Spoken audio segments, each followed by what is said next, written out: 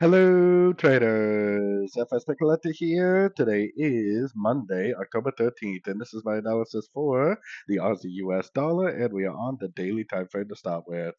So on the Aussie dollar, I've been saying that this is either an ABC correction, like an ABC pullback to the last impulsive up, even though I do think this move up right here is kind of a three-way pattern, or this is actually just going to keep on pushing down, not breaking structure on shorter time frames, eventually giving us this break of structure.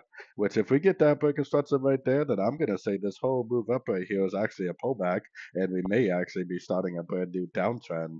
So taking it down to the 1 hour time frame, the whole key here is to see a break of structure. If we break this 100% level, because that's the most recent structure, to the upside, then we are most likely back into the uptrend, and most likely this is a wave C on the daily time frame.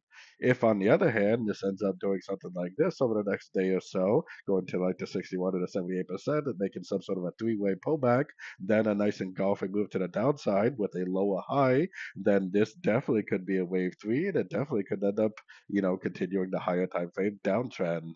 So we're definitely at a little bit of a crucial point trying to figure out whether this is a wave C or whether it's a wave three. I definitely still would be recommending shorts in the downtrend unless we get this very significant break of structure to the upside. So anyways, don't forget to check out my website linked over here in the corner. And as always, thank you for watching and happy trading.